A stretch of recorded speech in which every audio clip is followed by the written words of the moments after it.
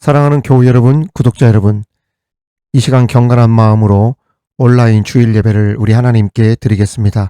다 같이 묵도하시겠습니다. 내가 주의 성전을 향하여 예배하며 주의 인자하심과 성실하심으로 말미암아 주의 이름에 감사하오리니 이는 주께서 주의 말씀을 주의 모든 이름보다 높게 하셨음이라. 아멘. 찬양과 존귀와 영광을 받으시기에 합당하신 아버지 하나님, 주의 사랑하는 백성들이 거룩한 주일 주님의 성전을 향하여 하나님의 크신 인자하심과 성실하심에 감사드리며 예배를 드립니다. 사슴이 시냇물을 찾기에 갈급함 같이 우리의 영혼이 주님을 찾기에 갈급함을 고백하며 우리 주님의 말씀을 듣고 결단하는 은혜의 예배의 시간이 되게 하여 주옵소서. 주님의 이름을 높여 찬양할 때 찬송 중에 거하시는 하나님을 느끼며 하나님과 깊이 교제하는 시간이 되게 하여 주옵소서. 분주한 우리의 마음을 가라앉히고 이 시간 경건한 마음으로 주님의 말씀을 깊이 경청하게 하여 주옵소서. 영광 중에 계신 주님을 바라보게 하여 주옵시고 높고 크신 하나님의 이름을 높이 찬양하는 은혜의 예배, 회복과 치유의 은혜가 임하는 예배가 되게 하여 주옵소서.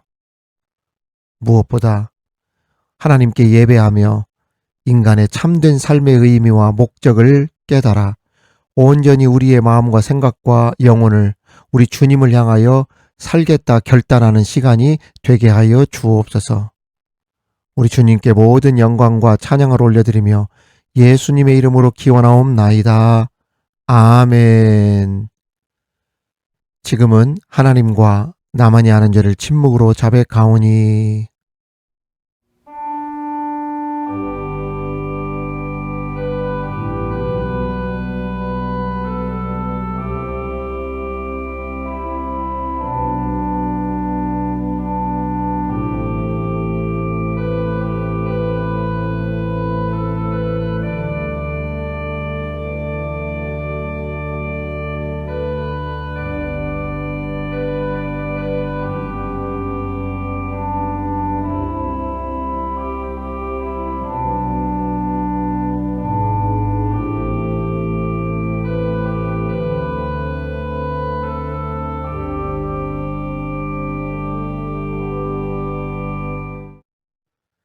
여호와는 은혜로우시며 의로우시며 우리 하나님은 긍휼이 많으시도다.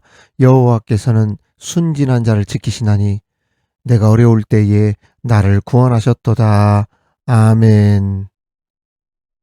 나는 전능하신 아버지 하나님 천지의 창조주를 믿습니다.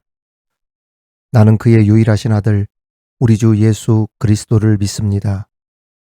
그는 성령으로 잉태되어 동정녀 마리아에게서 나시고 본디오 빌라도에게 고난을 받아 십자가에 못 박혀 죽으시고 장사된 지 사흘 만에 죽은 자 가운데서 다시 살아나셨으며 하늘에 오르시어 전능하신 아버지 하나님 우편에 앉아 계시다가 거기로부터 살아있는 자와 죽은 자를 심판하러 오십니다. 나는 성령을 믿으며 거룩한 공교회와 성도의 교제와 죄를 용서받는 것과 몸의 부활과 영생을 믿습니다. 아멘.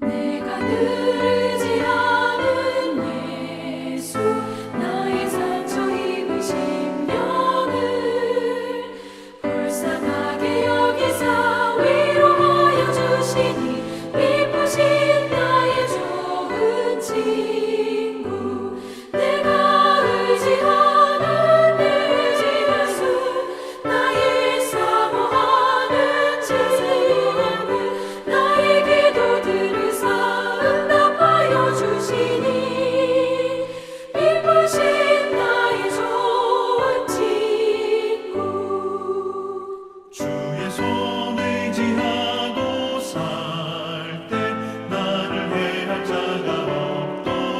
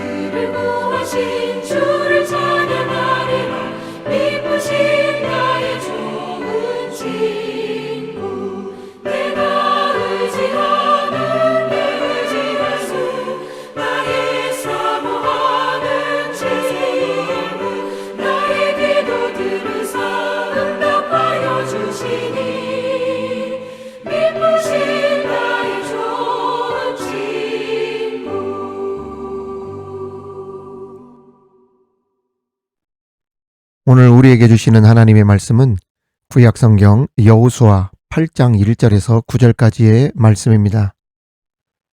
여호수아 8장 1절에서 9절까지의 말씀을 봉독에 올리겠습니다. 이는 하나님의 말씀입니다. 여호와께서 여호수아에게 이르시되 두려워하지 말라, 놀라지 말라. 군사를 다 거느리고 일어나 아이로 올라가라. 보라, 내가 아이암과 그의 백성과 그의 성읍과 그의 땅을 다 네 손에 넘겨주었으니 너는 여리고와 그 왕에게 행한 것 같이 아이와 그 왕에게 행하되 오직 거기서 탈취할 물건과 가축은 스스로 가지라. 너는 아이성 뒤에 복병을 둘지니라 하시니 이에 여호수아가 일어나서 군사와 함께 아이로 올라가려 하여 용사 3만 명을 뽑아 밤에 보내며 그들에게 명령하여 이르되 너희는 성읍 뒤로 가서 성읍을 향하여 매복하되 그 성읍에서 너무 멀리 하지 말고 다 스스로 준비하라. 나와 나를 따르는 모든 백성은 다 성읍으로 가까이 가리니 그들이 처음과 같이 우리에게로 쳐 올라올 것이라. 그리할 때에 우리가 그들 앞에서 도망하면 그들이 나와서 우리를 추격하며 이르기를 그들이 처음과 같이 우리 앞에서 도망한다 하고 우리의 유인을 받아 그 성읍에서 멀리 떠날 것이라. 우리가 그들 앞에서 도망하거든 너희는 매복한 곳에서 일어나 그 성읍을 점령하라. 너희 하나님 여호와께서 그 성읍을 너희 손에 주시리라. 너희가 그 성읍을 취하거든 그것을 불살라 여호와의 말씀대로 행하라. 보라, 내가 너희에게 명령하였느니라 하고 그들을 보내매 그들이 매복할 곳으로 가서 아이 서쪽 베델과 아이 사이에 매복하였고 여호수아는 그 밤에 백성 가운데에서 잤더라. 아멘. 실패는 성공의 어머니라고 하는 명언이 있습니다. 우리가 잘 아는 토마스 에디슨이 남긴 명언입니다. 에디슨이 전구를 발명할 때 2000번의 실패 후에 성공을 하게 되었습니다. 이것을 보고 한 젊은 기자가 그렇게 계속해서 실패했을 때 기분이 어떻습니까? 라고 물었는데 그때 에디슨이 이렇게 대답했습니다. 실패라뇨. 전 단 한 번도 실패한 적이 없습니다. 단지 2000번의 단계를 거쳐서 전구를 발명했을 뿐입니다. 라고 대답했다고 합니다. 그렇습니다. 실패할 때 하더라도 이를 경험 삼아 실패의 원인이 무엇인지 찾고 고쳐나가고 개선하고 다시 도전하다 보면 결국 성공에 이르게 되고 그런 의미에서 진짜 무서운 것은 실패가 아니라 실패를 통해서 아무것도 배우려 하지 않거나 배우지 못하는 것. 이것이 정말 무서운 것이죠. 실패했을 때에는 그 실패의 원인을 분석해보고 왜 이렇게 될 수밖에 없었는가? 우리의 문제, 나의 문제는 무엇이 문제인가?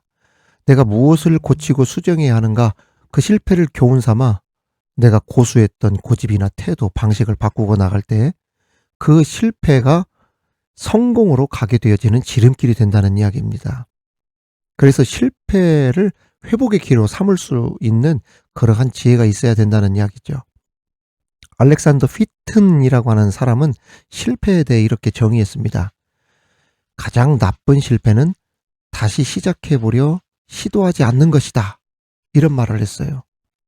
그러니까 실패할 때 하더라도 도전도 해보고 시도도 해보고 부딪혀보고 실험도 하고 이런 것들이 중요해요. 위험하다고 해보지도 않고 도전도 안 해보고 우리는 무엇이 부족하니까 예산이 부족하니까 하지 맙시다. 이것처럼 미련한 것 없지요. 부족하더라도 뛰어들어보고 부딪혀보고 그래야 된다는 이야기입니다. 그러한 과정을 거쳐서 결국 성공에 이르게 되는 거예요. 여호수아가 여리고성에서 대승을 거두게 됩니다. 그런데 워낙 손쉽게 이기는 바람에 승리에 도취된 나머지 아이성을 치러 가는데 그만 하나님의 원리를 잊어버리고 자신들의 힘의 논리와 경험에 의지해서 아이성 점령을 계획합니다. 아이성을 정탐해보니 여리고성의 10분의 1도 안 되었죠. 그래서 다 올라갈 것도 없이 2, 3천 명만 뽑아도 넉넉히 이길 것이라고 여유를 부렸습니다. 그러다 예상과 달리 많은 사상자를 내고 전쟁에서 실패를 하게 되었습니다. 이 일로 큰 충격을 받게 되어 여호수아와 이스라엘은 낙담하게 되죠. 그런데 여호수아가 지도자로서 정말 잘한 일이 있습니다. 그게 무엇인 줄 아세요, 여러분? 실패의 원인이 무엇인지를 하나님께 물었다는 것입니다. 크고 견고한 여리고 성도 점령했는데 왜 이 작디작은 아이성에서 우리 이스라엘이 실패하게 되었을까? 그 실패의 원인에 대해서 여호수아는 철저히 파악을 합니다. 그리고 실패로 얻은 교훈을 통해 아이성에서의 전쟁을 성공적인 승리로 이끌게 되죠. 그 영적 원리를 오늘 여호수아를 통해 배우시기를 바랍니다. 자, 첫 번째, 그러면 오늘 말씀이 우리에게 주시는 교훈이 무엇이 있는가? 모든 실패의 원인은 어디에서 비롯된다? 하나님과의 관계에서 비롯된다는 겁니다. 그렇습니다. 모든 문제에는 무엇이 있냐면 원인이라는 것이 있어요. 아이성 전투에서 크게 실패했을 때 여호수아는 실패의 원인을 바로 찾았습니다. 가장 먼저 누구 앞에 엎드렸어요? 하나님 앞에 엎드립니다. 지도자들과 함께 저물 때까지 하루 종일 하나님 앞에 엎드렸습니다. 하나님께서 그들을 향하여 아이성의 실패의 원인을 비로소 가르쳐 주시죠. 이 문제가 해결되지 않으면 너희들은 절대 승리하지 못한다.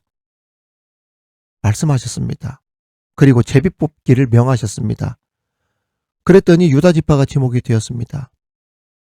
유다 지파는 가장 명예로운 지파요, 모범이 되는 지파인데 여기서부터 이스라엘 백성들이 충격을 받게 되어지죠. 마침내 제비뽑기를 통해 아간이 색출이 되었습니다. 이 많은 사람들 중에 제비 뽑는 과정이 짧을 리가 없죠. 긴 시간을 할애한 이유는 아간이 회개하고 돌아오도록 그 기회를 주셨던 것입니다. 그러나 아간은 마지막까지 회개의 기회를 놓치고 맙니다. 결국 실패의 원인이 밝혀지고 아간에 대한 처리 문제까지 하나님께서 명하신 대로 처리한 후에야 비로소 하나님의 맹렬한 도가 그치게 됩니다. 혹자는 아간의 심판을 재물의 크기와 양의 문제라고 오해하는 분도 있습니다. 숨겨놓은 신할산 가죽옷이 아주 비쌌기 때문에 하나님이 분노하시고 은과 금의 양이 상당했기 때문이라고 말을 합니다. 그러나 이것은 완전히 틀린 말입니다. 아무리 좋은 비싼 옷인들 하나님이 그 옷에 관심이나 있겠습니까? 은금덩어리가 하나님 앞에 무슨 소용이 있겠어요? 그러니까 하나님께서 분노하시고 진노하신 이유는 그 재물의 크기와 양에 있지 않다는 이야기예요. 그러면 하나님께서 무엇 때문에 이렇게 불편해하시고 진노하셨을까요? 그것은 재물의 크기와 양의 문제가 아니라 관계의 문제 때문에 그러는 겁니다. 하나님께서 그렇게 하지 말라고 하셨잖아요. 그 말씀에 불순종했기 때문에 그러는 겁니다. 예를 들어 아버지 지갑에 허락도 없이 자녀가 손을 댔습니다. 그러면 아버지가 그 자녀를 책망할 때에는 돈의 액수 때문에 책망하고 매를 드는 게 아니죠. 1,000원짜리를 빼갔든 10,000원짜리를 빼갔든 아버지는 10,000원이나 1,000원에 대한 것보다는 허락 없이 아버지 주머니에 손을 댄 것에 대해서 책망을 하는 것이죠. 그렇습니다. 하나님께서 이와 같이 맹렬히 분노하시면서 아간의 일에 대해 철저한 원인 규명을 명하시면서 그에 대해서 심판하셨던 것은 그냥 어떠한 물질 문제 때문에 그랬던 것이 아니라 관계의 문제 때문에 그랬던 거예요. 이것이 그들의 실패의 원인이 됐던 것입니다. 특히 여리고성은 가나안의 첫 성입니다. 그러니까 여리고성 있는 거 너희들 하나도 전리품 취하지 말라는 의미는 첫 것을 하나님께 바쳐라. 비로소 그 다음에 너희들이 점령하면 그것이 다 너희들 것이다. 이러한 엄청난 상징성이 들어있다는 거예요. 가장 좋은 것, 첫 것을 하나님께 바쳐야 되는 것입니다. 하나님을 먼저 생각하라는 거예요. 우리 자녀들 가운데 첫 월급을 타서 하나님께 먼저 드리는 아이들이 있어요. 생애 첫 사회생활하면서 받았던 첫 월급을 하나님께 드리는 아이들. 굉장한 의미가 담겨 있습니다. 인생의 첫 것을 하나님께 드린다는 그러한 그 상징성 있는 그 의미 있는 일들입니다. 하나님 얼마나 기뻐하시겠어요. 또 매월 첫날을 월삭기도회로 드리는 이유들이 바로 이러한 이유입니다. 그리고 우리들이 또 세상에서 얻었던 것을 하나님께 드리잖아요. 바로 이런 이유들 때문에 하나님 모든 것이 하나님의 것입니다라는 고백으로 하나님께 봉헌하고 이러면서 우리가 신앙생활을 하지 않습니까?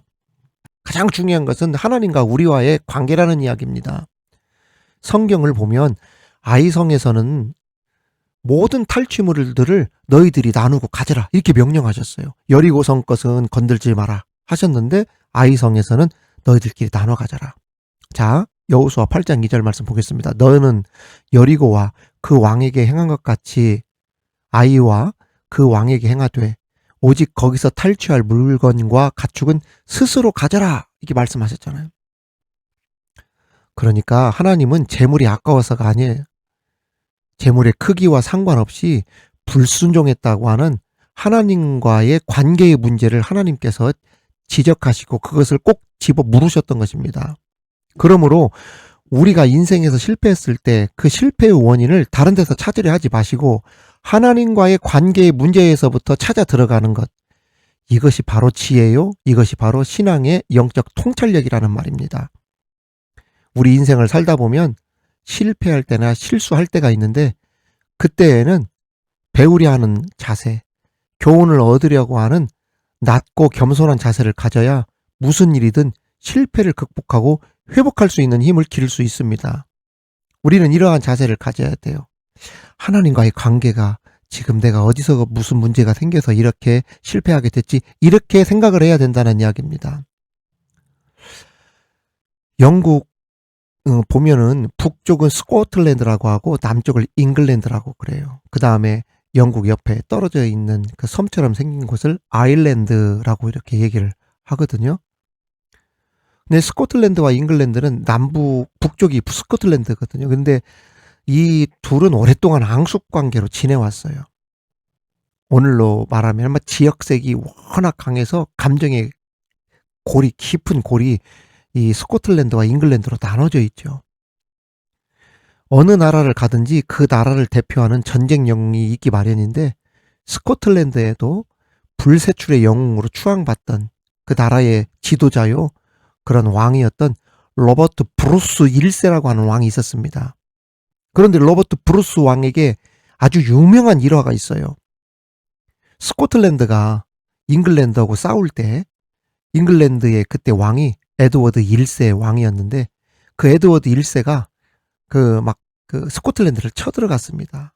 그래가지고 결국에 식민 통치를 스코틀랜드가 잉글랜드에게 받고 있었는데 이때 브루스 왕을 중심으로 격렬한 항쟁을 했지요. 전쟁에서 잉글랜드한테 6번이나 패전을 하고 6번이나 패전을 하다 보니까 군사들이 하나 둘 달아나더니 뿔뿔이 흩어져서 나중엔 브루스 왕 한 사람만 남아서 자기 목숨 부지하려고 하는 자기 목숨을 걱정하는 그 지경에까지 이르게 됩니다. 여러분들은 이제 혼자 남아본 경험이 얼마나 있는지는 모르지만 저는 잘 알잖아요. 그게 얼마나 그 처지가 외롭고 얼마나 쓸쓸하겠어요. 심신이 모두 지쳐있는 그 브루스 왕이 깊은 산속을 이리저리 헤매다가 쓰러져가는 움막 하나를 발견하고 거기에 들어가서 누웠습니다. 그리고는 천정을 향해 누운 채 찢어지고 상한 자신의 마음을 스스로 위로하는데 그 머리맡 그 위쪽에 한 마리의 거미가 나타나서 브루스 왕이 누워있는 움막에 그 구멍 뚫린 천정에서 부지런히 거미줄 작업을 하고 있지 않았겠습니까? 이 거미가 지붕 및 석가래에서 자기 나름대로 기초를 만들고 거미줄을 타고 움막 중간쯤 되는 공간까지 타고 내려와서 거기서부터 갑자기 몸을 그 줄을 타고 막 흔들더래요. 막 좌우로 이렇게 갔다가 저렇게 갔다가 막 그네를 타듯이 흔들더랍니다. 근데 왕이 본의 아니게 거미의 공중 그네 고개쇼를 보게 된 거예요. 그래서 왕이 속으로 생각하기를 아니 저 녀석은 무슨 생각을 가지고 지금 저렇게 거미가 흔들어댈까 호기심이 일자 거미의 행동 하나하나를 브루스 왕이 주의 깊게 관찰하기 시작했습니다. 이 거미가 왔다 갔다 하더니 건너편 석가래를 향하여서 순간적으로 거미가 몸을 날리더래요.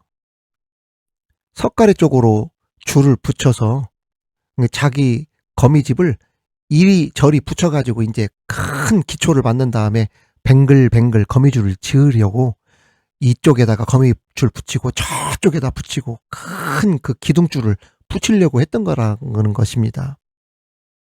이 작은 거미가 엉덩이에 달린 거미줄을 순간적으로 쭉 뽑아내면서 몸을 던져서 그래도 그 거미 크기에 비하면 꽤 먼 저 석가래까지 날아가가지고 탁 그 거미 그 줄을 붙이는 기술이 이게 얼마나 어렵겠어요.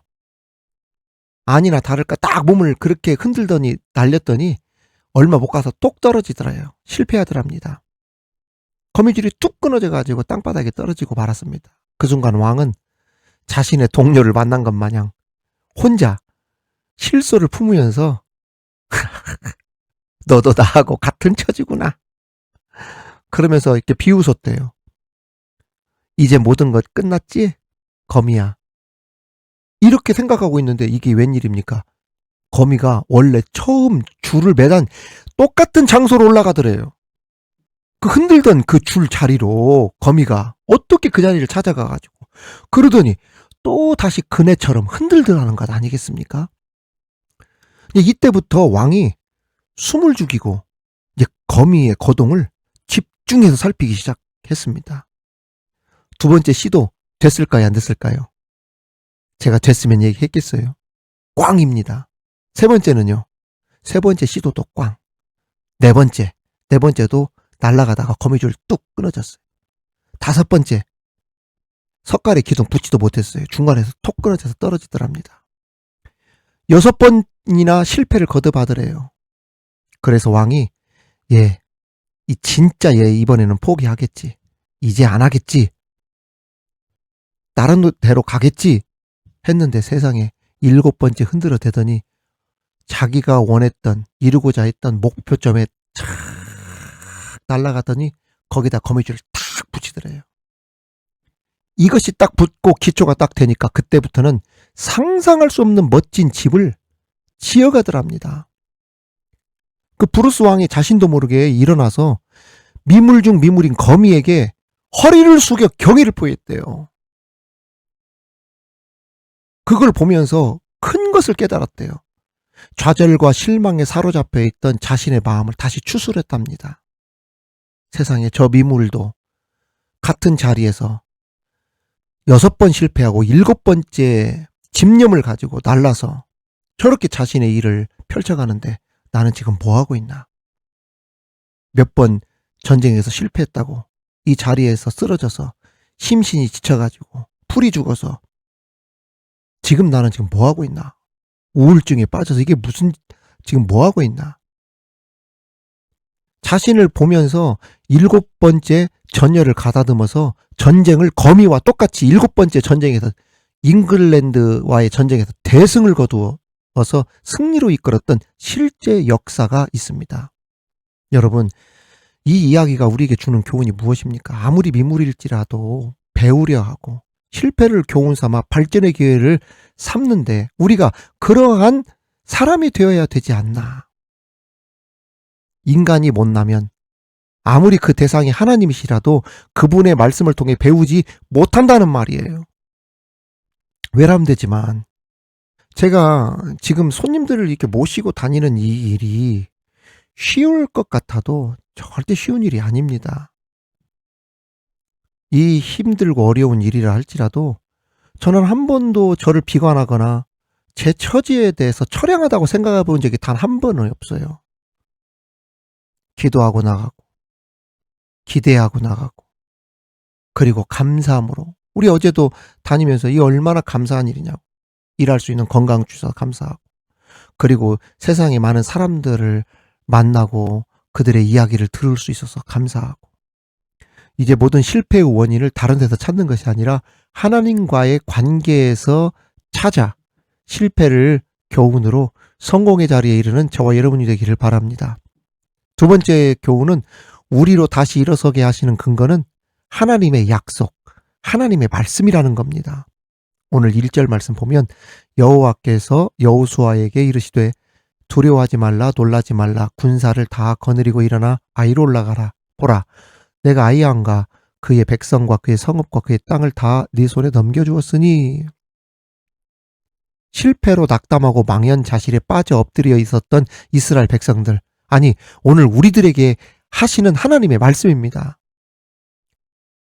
일어나 올라가라 하셨어요. 어디로 올라가라는 겁니까? 다시 아이성으로 올라가라고 하신 것입니다.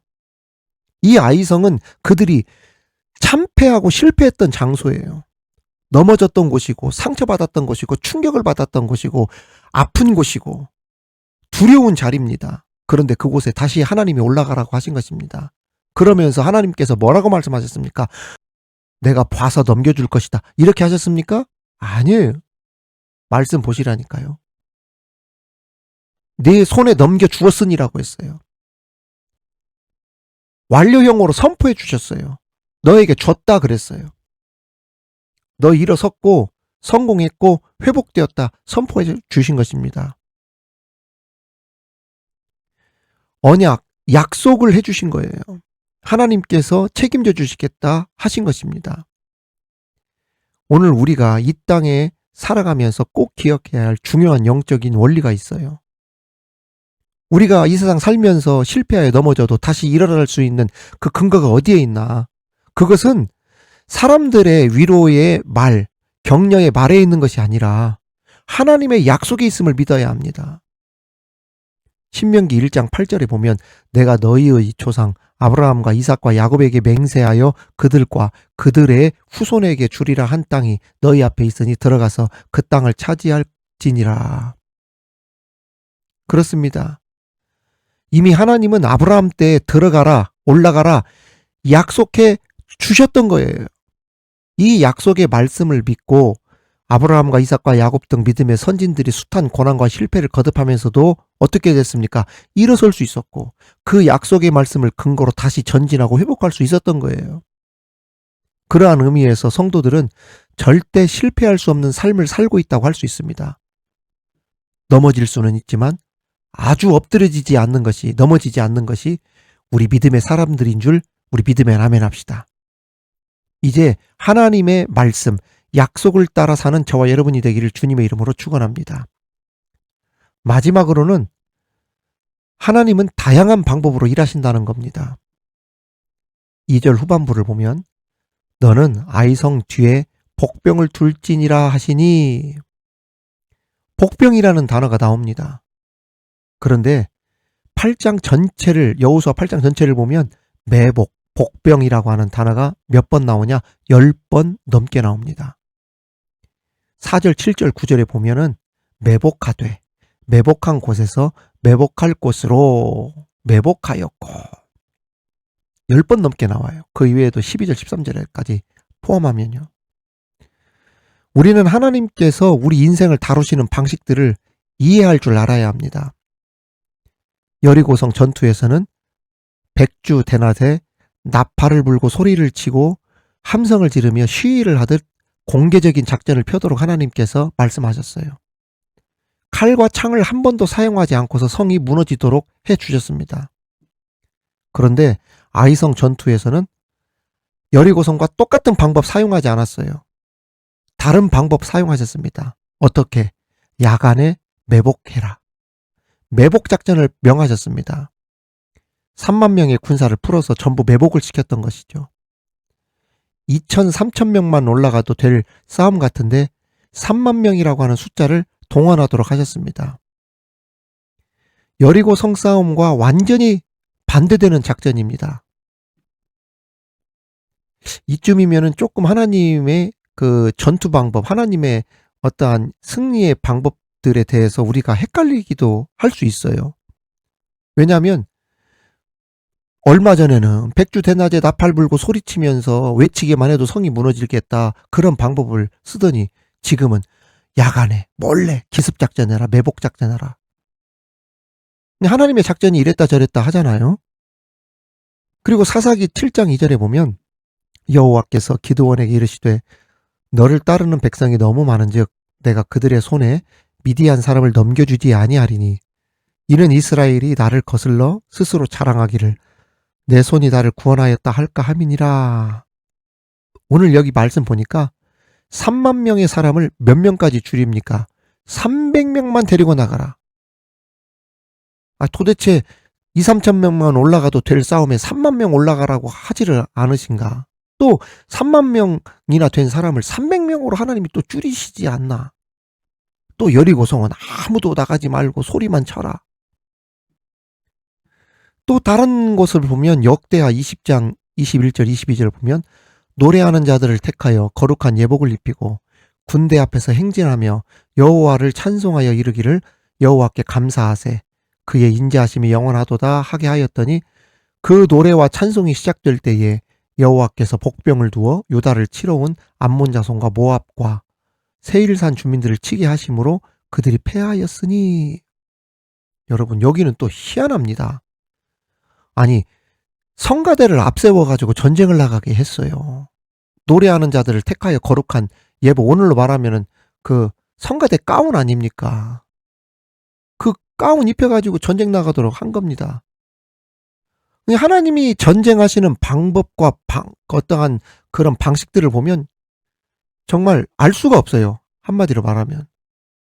그만큼 다양하다는 거예요. 하나님의 방법은. 어떤 때는 말입니다. 기도 응답도 막 즉각적으로 응답되는 경우도 있고요.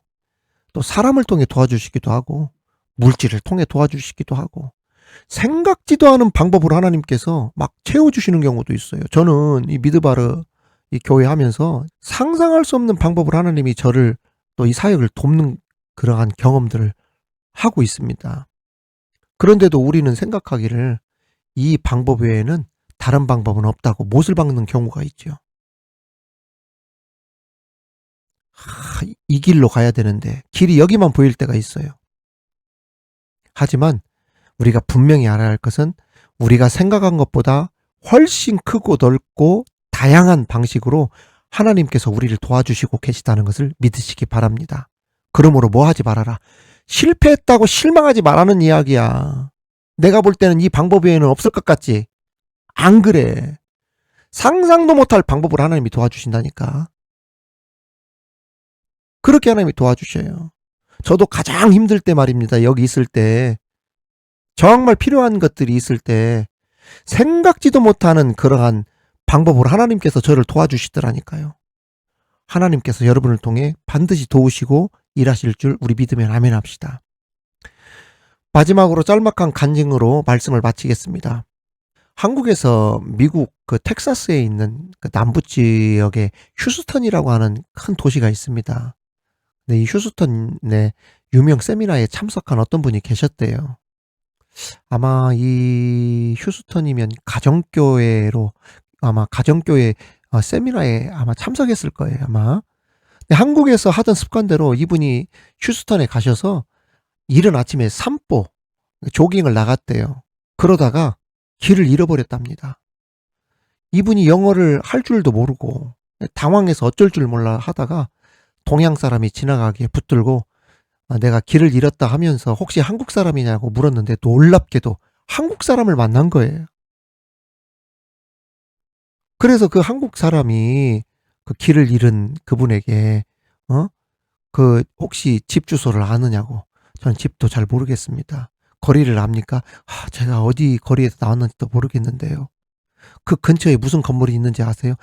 아니, 영어도 모르고 그러는데 그 길도 모르는 사람이 어떻게 알겠어요? 그래서 모르는데요. 그럼 어떻게 여기 휴스턴에 왔습니까? 그랬더니 휴스턴 그 서울교회 세미나, 가정교회 세미나 참석자 한국에서 여기에 왔습니다. 그러자 이 한국분 얼굴이 밝아지면서 그래요? 그러면 제가 휴스턴 서울교회에 그 전화해서 제가 물어보겠습니다. 이때 염려스러운 얼굴로 이분을 찾기 위해 차를 몰고 주변에 돌고 있던 그 목자를 만났어요. 세미나 이렇게 인도하는 목자를 만났습니다. 그 길에서 만난 한국분은 이제 그분을 찾아줬으니까 얼마나 기쁘겠어요. 그래서 그 길을 잃은 그분을 그 목자에게 맡겨주고 자기 길을 갔습니다. 이제 한국에서 왔던 그 참석자가 이제 토요일 저녁에 세미나에 이제 참석을 했는데 이제 여러 사람들 간증 가운데 한 형제의 간증을 듣게 됩니다. 그런데 이 사람이 원래는 회사에서 못 나오는 형제였대요. 그리고 그 직장 빠지고 세미나 간다고 하고 교회 간다고 하면은 그 사장이 못 가게 하고 허락을 잘 안 해줬었다라고 합니다. 그런데 이제 이번에 저 토요일 또 참석 못 하는가 보다 하고 있었는데 갑자기 사장님이 보내주더래요. 그러면서 이렇게 이야기들을 하더랍니다. 내가 아침에 그 조깅을 하다가 영어를 모르는 한국 사람이 길을 잃어버렸다고 해서 내가 도와주었는데 여기까지 어떻게 왔냐고 했더니 세상에 한국에서 미국까지 세미나 참석하기 위해서 왔다고 그렇게 하더라. 생각해 보니까 한국에서 미국까지 와서 세미나 참석한다는 사람들도 있는데 교회 다니는 직원이 그 목장 모임 세미나 가고 싶다고 하는데 그걸 참석 못하도록 하는 것은 정말 아니겠다 싶어서 내가 마음을 바꿨다. 그래서 참석 오늘 해라. 사장이 그랬다는 거예요. 그래서 이 세미나 사모하고 여기 꼭 참여하고 싶었었는데 하나님께서 그렇게 은혜의 자리에 참석하게 하였다고. 그래서 은혜 받는 이 자리에 오게 되었다고. 하나님께서 신기한 방법으로 저를 이렇게 은혜 받도록 해주셨다고 그랬다는 거예요. 여러분, 하나님은 말입니다.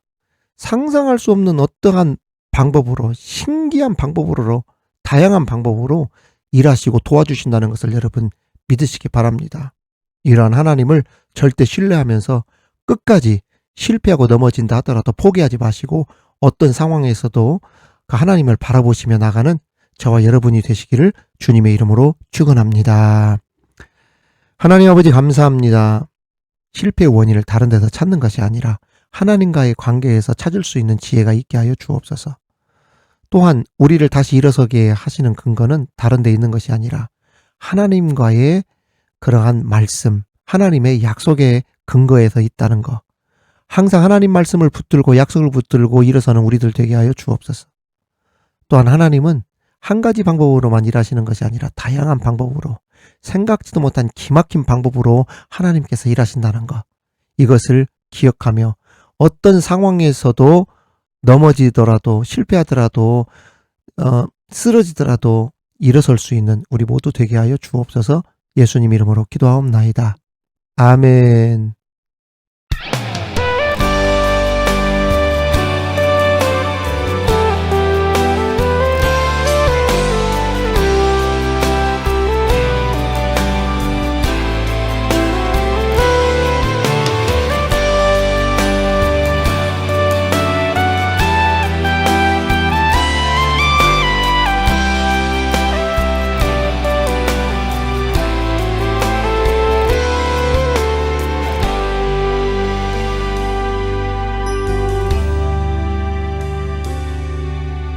아버지 사랑 내가 노래해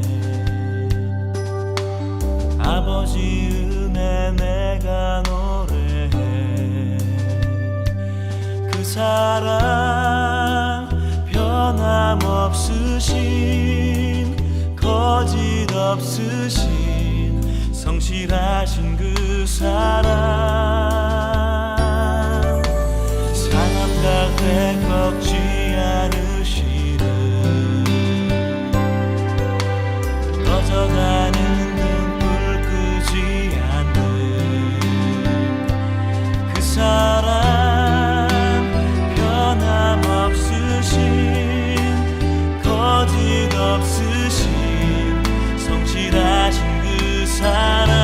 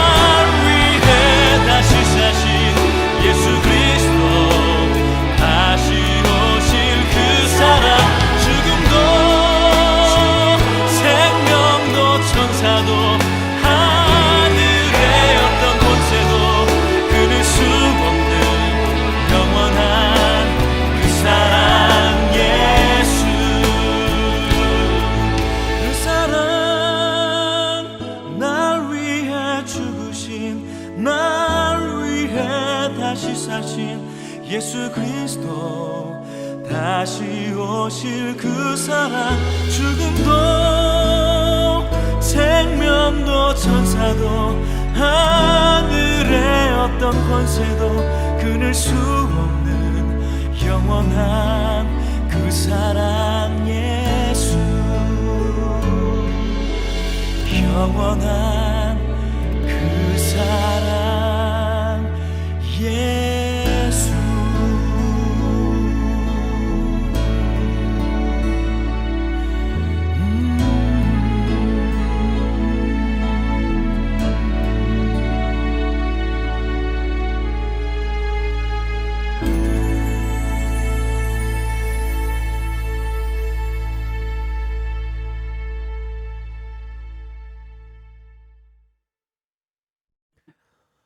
참 좋으신 아버지 하나님, 이 시간 우리에게 베풀어 주신 그 큰 은혜와 복에 감사하여 소중한 물질을 정성을 담아 드리게 하시니 감사합니다. 각자의 처지와 형편에 따라 여러 모양으로 주의 제단에 예물을 드리오니 드린 예물 위에 손길 위에 복을 더하여 주셔서 결핍함이나 부족함이 없게 하시고 메마른 곳에서도 그 영혼을 만족해 하시며 그들의 뼈를 견고하게 하셔서 건강하게 하여 주옵소서. 물된 동산처럼 물이 끊어지지 아니하는 샘 같은 가정이 되게 하여 주옵시고 가무는 해에도 걱정이 없고 결실이 그치지 않는 풍성함과 넉넉함의 복이 그들의 재정 가운데 넘치게 하여 주옵소서. 주님, 미드바르 교회가 복음으로 성령으로 충만하게 하여 주옵시고 오늘의 말씀과 기도, 다양한 예배를 통해 하나님의 풍성하고 크신 은혜를 온 성도들과 구독자들이 함께 나누는 은혜의 교회가 되게 하여 주옵소서. 특히 우리가 비록 이 세상에 살고 있지만 항상 하늘에 속한 사람으로 영적 자부심과 사명을 가지고 하나님과 불신자들의 사이를 연결해주는 축복의 통로로서 그 사명을 잘 감당할 수 있도록 은혜 베풀어 주옵소서. 특별히 사랑하는 자녀들의 앞길을 열어 주옵소서. 어떻게 그 삶의 방향을 결정하고 판단해야 할지 자녀들에게 하늘의 지혜를 주셔서 가장 복된 길로 하나님이 원하시는 길로 가기에 부족함이 없도록 자녀들의 앞길을 복주시옵소서. 성도들이 경영하는 사업처나 직장마다 평안하게 하시고 모든 일들이 순조롭게 진행될 수 있도록 도와주옵소서. 연말연시 교회에 많은 행사들이 있습니다. 그 행사들도 은혜 가운데 잘 진행이 될 수 있도록 복 내려주시고 맡긴 사명 마지막까지 잘 감당할 수 있도록 함께하여 주실 줄 믿고 예수님의 이름으로 기도하옵나이다. 아멘. 주께 드리네 주께 드리네 사랑하는 구주 앞에 모두 드리네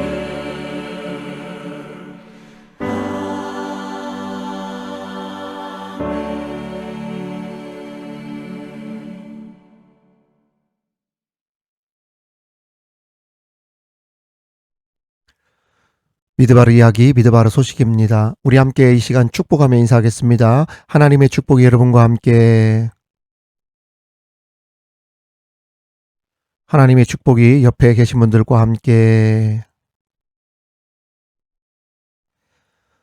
여러분, 날마다 우리 미드바르 교회 방문해 주시고 댓글과 좋아요로 참여해 주심에 감사를 드립니다. 미드바르 TV는 매주 오늘의 기도와 말씀을 통해 그리고 수요 기도회와 주일 예배로 현장에서와 같이 목회와 선교와 말씀 사역, 기도 사역을 감당하고 있습니다. 이를 위해 기도해 주시고 동역해 주시고 협력해 주시는 모든 분들께 진심으로 감사를 드립니다. 지난주까지 민수기 9장 여기까지 통독과 함께 말씀의 은혜를 나눴습니다. 이제 돌아오는 주일부터는 통독 순서가 이제 민수기 10장부터 보게 되어지는데 이 순서를 잘 보시고 맡으신 분들은 녹음 파일을 저에게 보내주시면 감사하겠습니다. 혹시 함께 듣고 싶은 찬양이 있으시다면 추천해 주시면 좋겠습니다. 오늘의 찬양 보니까요, 구독자들의 많은 관심을 받으며 조회수가 굉장히 많아지고 있습니다. 오늘의 찬양을 듣고 싶어하는 사람이 많다는 이야기죠. 관심도 많다는 이야기죠. 아무튼 댓글창에 함께 나누고픈 찬양이 있으시다면 남겨주셔도 좋고, 또 톡으로 저에게 듣고 싶은 찬양, 나누고 싶은 찬양을 보내주시면 좋겠어요. 거기다가 좀 아울러 더 첨가해서 찬양을 좋아하게 된 동기나 이유에 대해서, 또 어떤 은혜를 이 찬양을 통해 받았는지 간단하게 메모해 주시면 더욱 풍성한 시간을 만들어 갈 줄 믿습니다. 한 주간도 말씀과 기도와 찬양과 예배를 통해 하나님을 만나고, 또 저와도 좋은 그러한 믿음의 교제들을, 사랑의 교제들을 나누기를 기대합니다. 여러분 감사합니다. 사랑합니다. 축복합니다.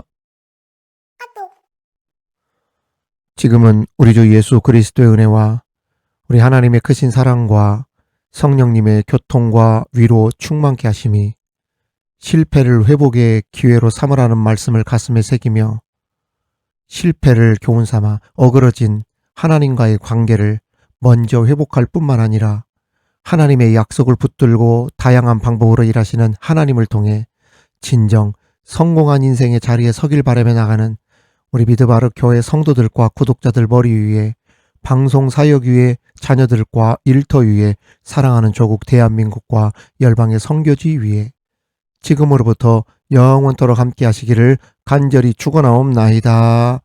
아멘.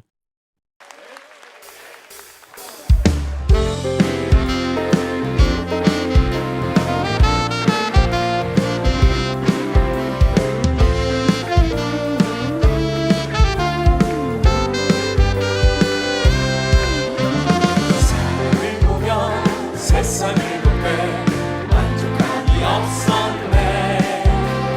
나의 하나님 그분을 보되 난 한 번 더 고백합시다. 사람을 보며